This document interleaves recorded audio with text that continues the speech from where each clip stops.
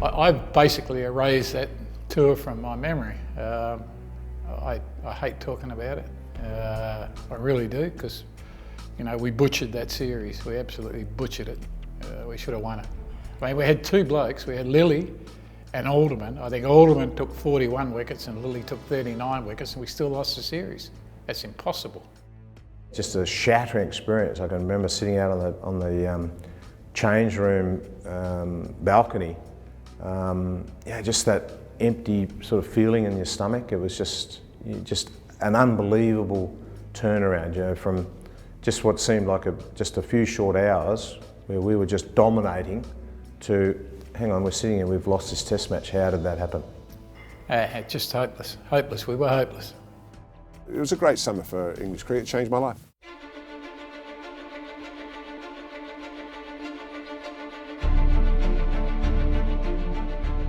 Leading into that third test match at Headingley, England were a little bit of disarray. They'd made a couple of changes. Botham had started the series off as the captain, so he'd relinquished the captaincy. Mike Brearley had come back into the England team as the captain. So, life was good for us, and we were sort of rolling on quite well. 1-0 up in the series, playing the third game. We were disappointed that they did that, because we knew that Brearley was a better captain than Botham, and it was really affecting Botham's cricket. Things were looking averagely poor. We had a bad start to the series, change of captain. Mike Brearley coming back is a good thing, I think, for all those. For instance, people like me had started a career under Mike Brearley, realised and knew him to be a very good captain, but we needed a lift. We needed a real lift from somewhere, and the lift didn't come straight away. That much I can tell you. They were a pretty dejected bunch. You could tell, their mood was very deflated. They were really struggling. And even to the point where a few of them were thinking about this might be their last test match. We had our pants taken down and get a good spanking from Australia in that game, and we were backs to the wall pretty much from the end of day one. We even checked out of our hotels on the Monday morning, because you had the rest day Sunday in those days, and checked out the hotel Monday, stayed the Sunday night, checked out Monday, and thought, right, okay, we'll just go. We're in mission impossible. Despite the new captain, despite the new management, we're still coming second. We had a fantastic party with Ian Botham on the Saturday night. We went to the pub on Sunday lunchtime and crawled our way back to Leeds and snuck into bed Sunday night thinking, well, we had no idea what might or might not happen, but it wasn't looking good Monday morning. I think it was tea time day 4. England were 7 down in their second innings and still probably 80 to 100 runs behind our first innings score. So we're cock-a-hoop. We're in our dressing sheds having an afternoon tea, and everything's, life's good. We're about to go 2-0 up in the series after 3 tests. So tea time day 4, the game's there for us to win. Unlosable position, basically.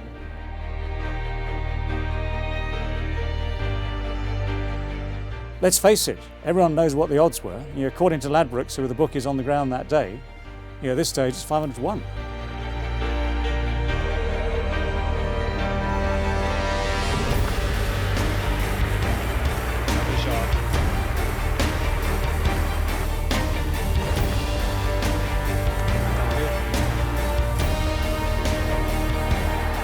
I'd say it's a bit of a slogathon.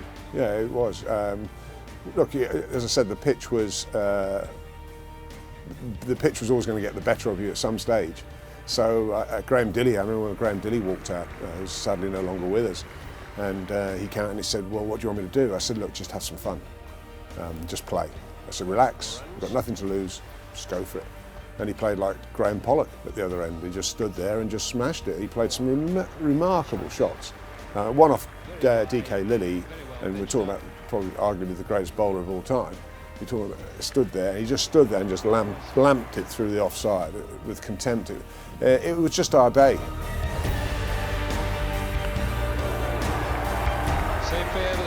It was in that belligerent sort of mood, that game's lost, so I'm just going to throw the bat.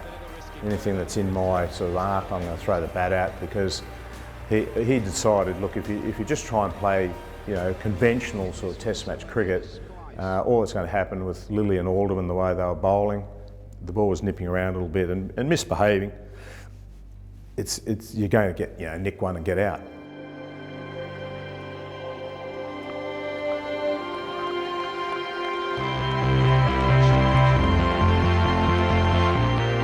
It was like, the leash was off for Botham, and he came out and played in a carefree manner, and that's when he was at his best. But he didn't think too much about it. Just played, just used his natural ability.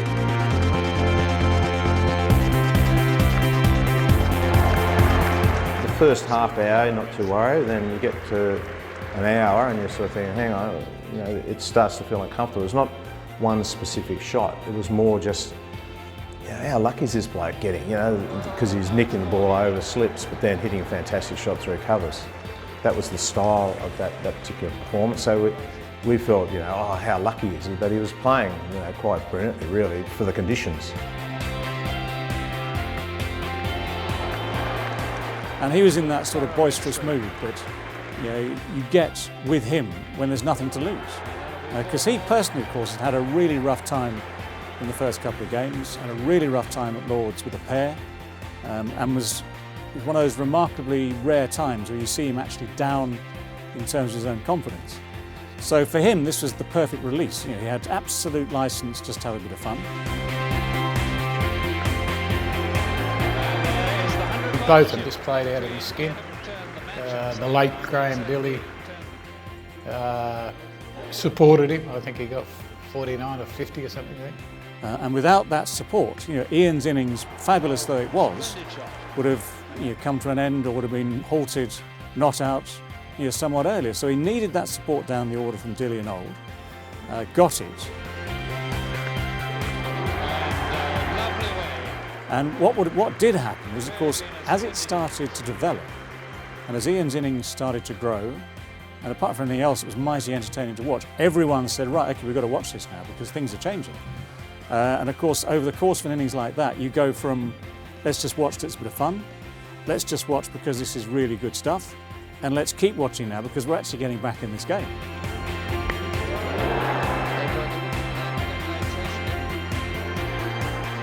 The pressure started to come back on us, which we hadn't experienced in that game because we had our noses in front the whole way.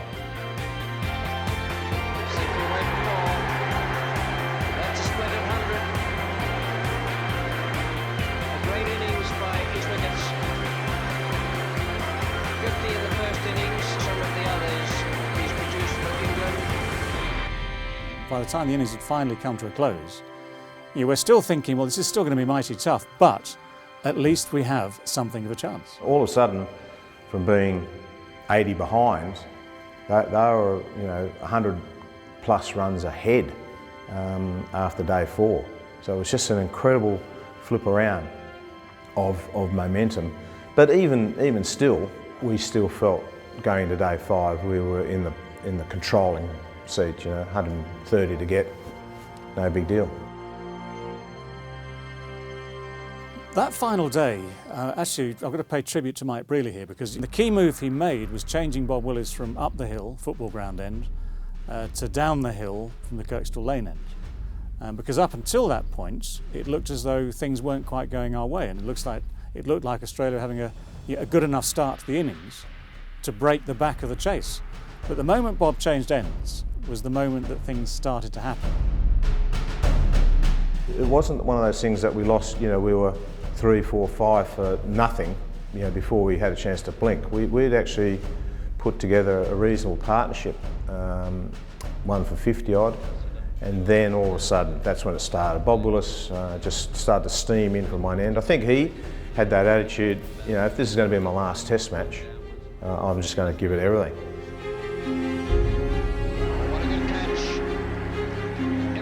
Bob was just in a trance. He was he just came down that hill, kept steaming down that hill. Every time he took a wicket, he would wheel away, past me at cover, off towards extra cover, off towards mid-off, and to go and congratulate him, you had to chase him 30, 40 yards. And there was that sort of vague, trancey look in his eyes. And he didn't lose that until, I don't know, an hour after the game. You could see the way Australians walked out.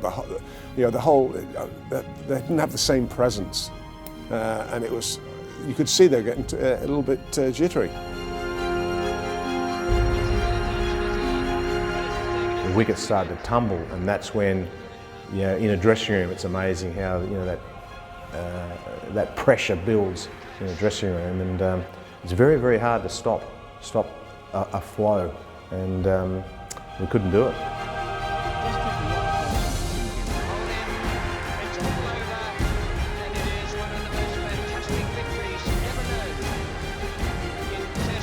As we all ran off the field, fantastic feeling of satisfaction, elation, jubilation. You put it all together. There was one small thing we had to do, which was ask politely if we could have the champagne back from the other dressing room, because that had all been shifted into the Australian dressing room ahead of the finish in anticipation. We had commitments to our counties, and so we literally got in the car when we should have celebrated one of the great victories of all time. My celebration was a couple of mates in the pub at Taunton when I got back there. You don't have to paint pictures there, it's in the scorebook. And it was a great innings, simple as that, and he won the game. Him and Bob Willis.